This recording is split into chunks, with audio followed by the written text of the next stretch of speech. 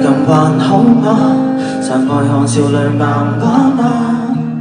最近乎沒露面，你有新對象嗎？真想帶你見我剛識到的他，我想聽你意見，這算是病吧？為何無論我願意怎樣試怎樣也不可一樣愛慕他？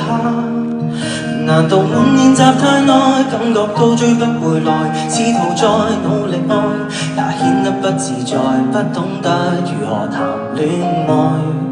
還是我太愛你，對過去太放不開，難道是寂寞太耐，生鏽的鎖不能開？若是也截斷了，留在舊患鎖在懷內，放滿對你的愛，難怪跟誰也再沒法戀愛。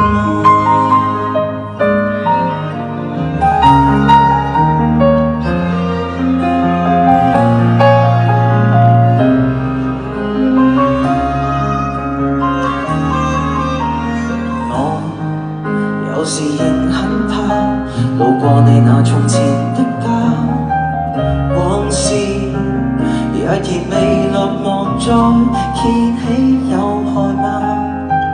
真想帶你見我剛識到的他，我想聽你意見，這算是病吧？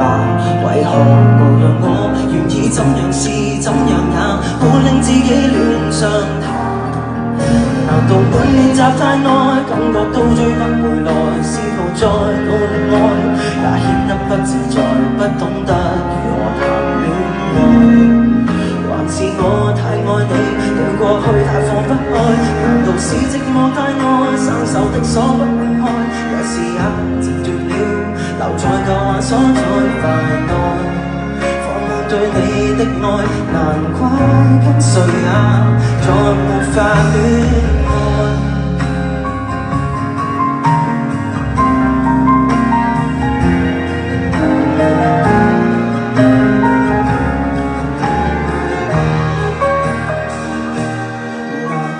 滿練習太耐，感覺到追不回來，試圖再努力愛，也顯得不自在，耿耿於懷從前的愛，從沒有振作過，痛了再痛也應該。